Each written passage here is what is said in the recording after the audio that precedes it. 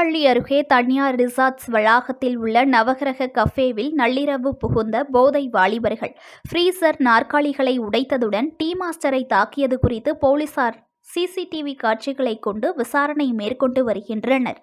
மயிலாடுதுறை மாவட்டம் சீர்காழி அருகே சூரக்காடு பகுதியில் தனியாருக்கு சொந்தமான நவகிரக என்ற பெயரில் ரிசார்ட்ஸ் ஒன்று இயங்கி வருகிறது. இந்த ரிசார்ட் வளாகத்தில் உள்ள நவகிரக கஃபேவுக்கு நேற்று நள்ளிரவு 11 மணிக்கு போதையில் வந்த இரு வாலிபர்கள் அங்கிருந்த ஃப்ரீசரின் கண்ணாடியை உடைத்து கூல்ட்ரிங்க்ஸ் எடுத்து குடித்ததுடன் அங்கு இருந்த நாற்காலிகளை உடைத்து சேதப்படுத்தியுள்ளனர். மேலும் அவர்கள் அதீத போதையில் டீ பாய்லரை தள்ளிவிட்டு உள்ளனர். அதனை தட்டி கேட்ட டீ மாஸ்டர் சுப்பிரமணியனை போதை ஆசாமிகள் தாக்கிவிட்டு தப்பி ஓடினர். இதனையடுத்து சக ஊழியர்கள் சுப்பிரமணியனை மீட்டு சிகிச்சைக்காக சீர்காழி அரசு மருத்துவமனையில் சேர்த்துள்ளனர். அங்கு அவருக்கு சிகிச்சை அளிக்கப்பட்டு வருகிறது. இதுகுறித்து ரிசார்ட் நிர்வாகத்தினர் வைத்தீஸ்வரன் கோவில் காவல் நிலையத்தில் அளித்த புகாரின் பேரில் போலீசார் சம்பவ இடத்தை பார்வையிட்டு சிசிடிவி பதிவுகளை கைப்பற்றி விசாரணை மேற்கொண்டுள்ளதுடன் தாக்குதலில் ஈடுபட்ட போதை வாலிபர்களை தேடி வருகின்றனர். இச்சம்பவம் பரபரப்பை ஏற்படுத்தியுள்ளது.